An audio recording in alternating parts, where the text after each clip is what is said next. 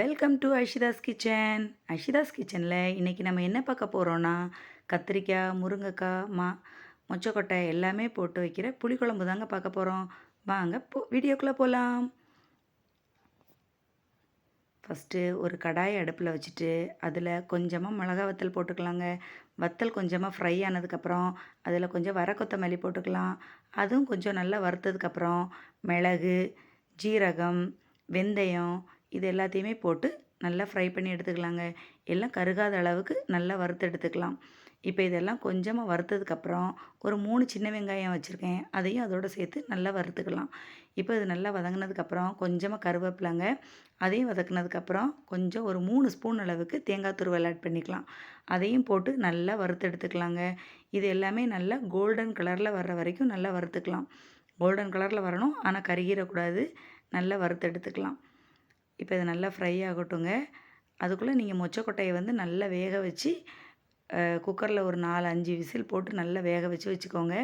மொச்சக்கொட்டையை வந்து நாளே கூட ஊற வச்சு இந்த இது பண்ணி வைப்பாங்கள்ல, நாளே தண்ணியில் போட்டு வச்சுட்டு மறுநாள் கூட நீங்கள் வேக வச்சு வச்சுக்கிடலாம்.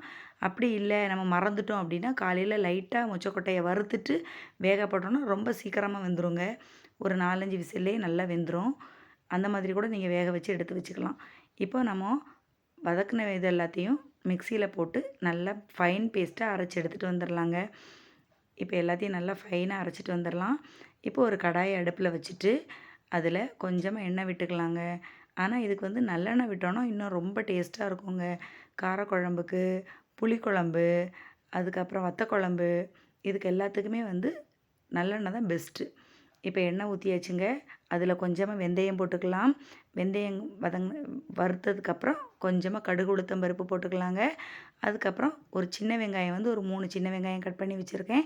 அதையும் இதில் போட்டு நல்லா வதக்கி எடுத்துக்கலாம். இப்போ வதங்கினதுக்கப்புறம் ஏற்கனவே நம்ம ஃபைனாக அரைச்சி வச்சுருக்கோம்ல பேஸ்ட்டு, அதை இதோட இப்போ ஆட் பண்ணிக்கலாம். அந்த பேஸ்ட்டை ஆட் பண்ணிவிட்டு தேவையான அளவு தண்ணி விட்டுக்கலாங்க.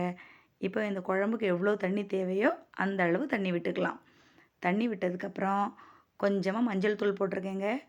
அதுக்கப்புறம் குழம்புக்கு தேவையான அளவு புளி ஊற்றிக்கலாம். நான் வந்து ஒரு நெல்லிக்காய் அளவு சைஸ் வந்து புளியை கரைச்சி வச்சுருக்கேன். அந்த புளியை வந்து இதில் ஊற்றியிருக்கேன். இப்போ குழம்புக்கு தேவையான அளவு உப்பு போட்டுக்கலாம். எவ்வளோ உப்பு தேவையோ அவ்வளோ உப்பு நீங்கள் போட்டுக்கோங்க. அதுக்கப்புறம் வேக வச்சு வச்சுருக்கிற மொச்சக்கொட்டையை வந்து இப்போ அந்த குழம்புல சேர்த்துக்கலாங்க. இது ஏற்கனவே நான் வந்து காலையில் வேக வச்சு வச்சுட்டேன். வச்ச மொச்சக்கொட்டையை தான் இப்போ அதில் சேர்த்துட்றேன் குழம்புல. இப்போ கத்திரிக்காயும் முருங்கைக்காவையும் கட் பண்ணி வச்சுருக்கோம். அதையும் இதோட ஆட் பண்ணிக்கலாம். இப்போ கத்திரிக்காய், முருங்கைக்காய், மொச்சக்கொட்டை எல்லாமே நல்லா வெந்து வரட்டுங்க. ஒரு 10 நிமிஷம் போல் நல்லா வேகட்டும். உப்பு, புளியெல்லாம் கரெக்டாக இருக்கான்னு செக் பண்ணி பார்த்துட்டு மூடி வச்சுருங்க. 10 நிமிஷம் ஆயிட்டுங்க. இப்போ பார்க்கலாம். குழம்பு நல்லா சூப்பராக கொதித்து வந்துருச்சுங்க. நல்ல டேஸ்ட்டான மொச்சக்கொட்டை புளிக்குழம்பு வந்து ரெடி ஆயிடுச்சு. இப்போ முருங்கைக்காய், கத்திரிக்காய் எல்லாமே நல்லா வெந்துருச்சுங்க. இதை நம்ம எடுத்து வச்சுட்டு அடுப்பை ஆஃப் பண்ணிவிட்டு வேறு ஒரு பாத்திரத்தில் இதை வந்து மாற்றி வச்சிடலாங்க. இது எல்லா இதுக்குமே டேஸ்ட்டாக இருக்குங்க. நீங்கள் நார்மலாக சாதம் வச்சு பருப்பு குழம்பு வச்சு இதை கூட தொட்டுக்கிடலாம். இல்லாட்டி இந்த குழம்பே ஊற்றி கூட நீங்கள் சாப்பிட்டுக்கலாங்க.